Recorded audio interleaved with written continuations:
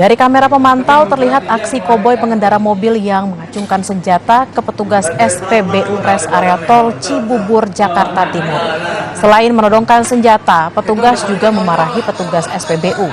Pelaku diduga tidak bisa menunjukkan barcode lewat aplikasi saat mengisi bahan bakar Pertalite kepada petugas SPBU.